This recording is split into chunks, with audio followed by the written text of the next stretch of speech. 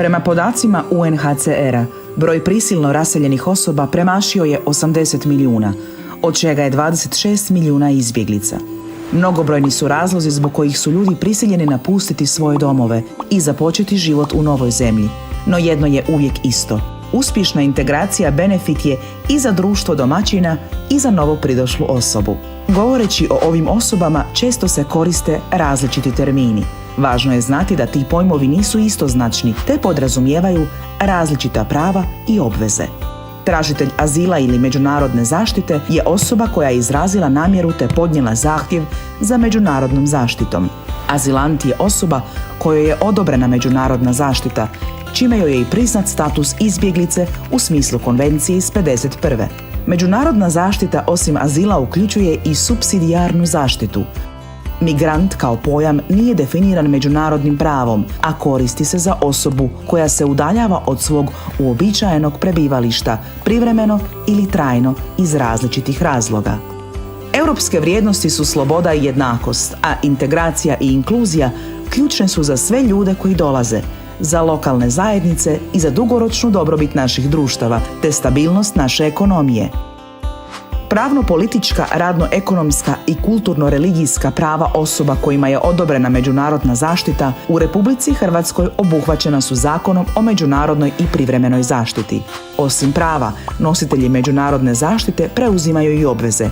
Iako su sva prava ravnopravno navedena u zakonu, neka od njih potencijalno su važnija za uspješniju integraciju i nesmetanu realizaciju ostalih prava. Od odobrenja međunarodne zaštite tijekom 2 godine ove osobe imaju pravo na osiguran i besplatan smještaj. U snošenju troškova sudjeluju ako raspolažu dostatnim novčanim sredstvima ili imovinom. Jednom odobreno pravo na smještaj može biti ukinuto ako postoje opravdani razlozi. Nakon isteka 2 godine, ulaskom na tržište nekretnina, otvara se mogućnost diskriminacije zbog predrasuda najmodavca te raste rizik od stanovanja u neadekvatnim uvjetima i segregiranim naseljima. Nositelji međunarodne zaštite mogu raditi bez radne dozvole, te ostvaruju pravo na obrazovanje odraslih i stručno usavršavanje pod istim uvjetima kao i hrvatski državljani. Iako mnogi imaju vještine koje su potrebne našem tržištu rada, zbog nepoznavanja hrvatskog jezika ili izgubljene dokumentacije, teže pronalaze i zadržavaju odgovarajuće poslove, a češće rade na poslovima za koje su prekvalificirani, te teže ostvaruju puni profesionalni potencijal. U posebno ranjivoj poziciji pri uključivanju na tržište rada su žene. Pravo na zdravstvenu zaštitu nositelji međunarodne zaštite ostvaruju u istom opsegu kao hrvatski državljani. Ipak postoje razlike.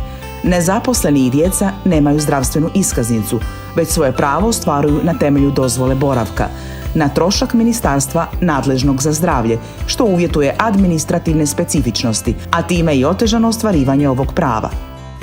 S obzirom na moguću ranjivost ovih osoba, uzrokovanu traumatskim iskustvima kojima su bili izloženi u zemlji podrijetla, na putu te nakon dolaska na odredište, važno je osigurati pristup kvalitetnoj zdravstvenoj skrbi za mentalno zdravlje.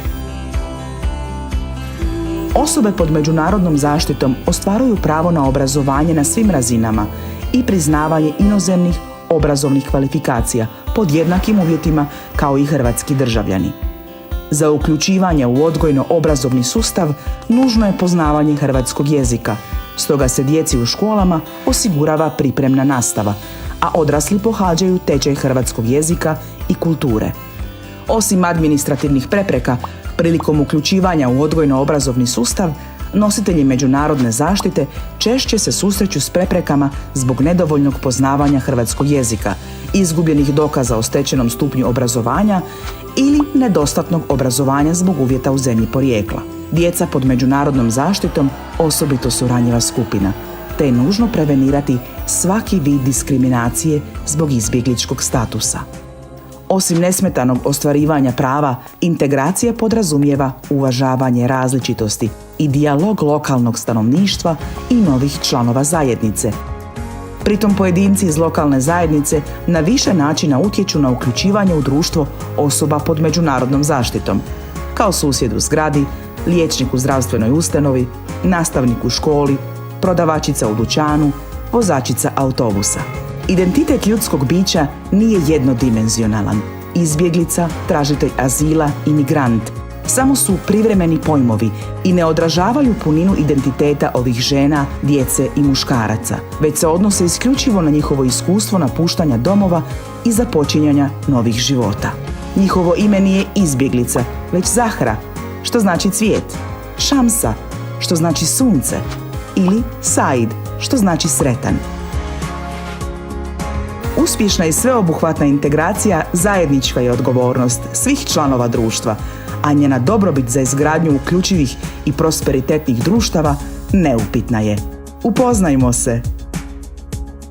Sadržaj emitiranog materijala isključiva je odgovornost Ureda za ljudska prava i prava nacionalnih manjina Vlade Republike Hrvatske, te je sufinanciran iz Fonda za azil, migracije i integraciju Europske unije.